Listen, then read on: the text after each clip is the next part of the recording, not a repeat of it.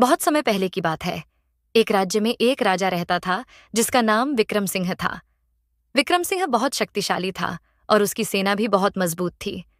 उसके राज्य में धन धान्य की कोई कमी नहीं थी और लोग आराम से जीवन जीते थे।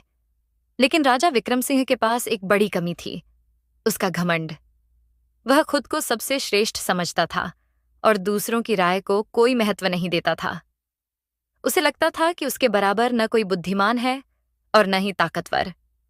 राजा का यह घमंड दिन प्रतिदिन बढ़ता जा रहा था। वह अपने दरबार में आने वाले विद्वानों और मंत्रियों की बातों को सुनने के बजाय उन्हें तुच्छ समझता और अपमानित करता। उसकी इस आदत से दरबार के मंत्री और अन्य लोग भी परेशान रहने लगे थे, लेकिन कोई भी राजा के डर से कुछ कहने की हिम्मत नहीं करता था। एक दिन राज्य में एक साधु आया। साधु बहुत ज्ञानी और तपस्वी था। वह राजा से मिलने के लिए दरबार में आया। राजा ने साधु का स्वागत किया, लेकिन अपने घमंड में उसने साधु से पूछा, क्या तुम जानते हो कि इस संसार में सबसे महान और शक्तिशाली कौन है? साधु ने मुस्कुराते हुए उत्तर दिया, राजन, इस संसार में सबसे महान वह है जो विनम्र है और दूसरों का सम्मान करता है। राजा को यह सुनकर बहुत गुस्सा आया और उसने साधु को चुनौती दी, मैं इस राज्य का सबसे शक्तिशाली व्यक्ति हूं, यह मैं तुम्हें साबित करके दिखाऊंगा। अगर तुम मुझे हरा सकते हो तो मैं तुम्हारी बात मान लूंगा। साधु ने राजा की चुनौती स्वीकार कर ली और कहा, राजन, मैं तुम्हें एक बार जंगल में चलने के लिए आमंत्रित करता हूं।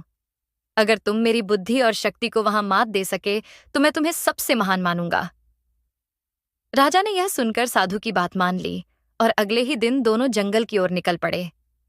जंगल में पहुंचकर साधु ने राजा को एक विशाल पर्वत दिखाया।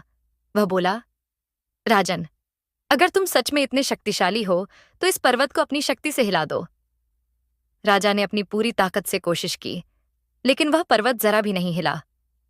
राजा की सांसें फूल गईं, पर पर्वत अपनी जगह अडिग रहा। साधु ने उसे कहा, राजन, देखो, केवल शक्ति से कुछ नहीं होता। इसे हिलाने के लिए धैर्य और सही तरीका भी चाहिए। इसके बाद साधु ने राजा को एक तालाब दिखाया। तालाब में एक कमल का फूल तैर रहा था। साधु ने कहा, इस फूल को बिना हाथ लगाए पानी से बाहर निकालो। राजा ने कई प्रयास किए, लेकिन असफल रहा। साधु ने एक सूखी टहनी ली और उसे फूल के नीचे रखकर हल्के से उठाया। फूल धीरे धीरे पानी के ऊपर आ गया।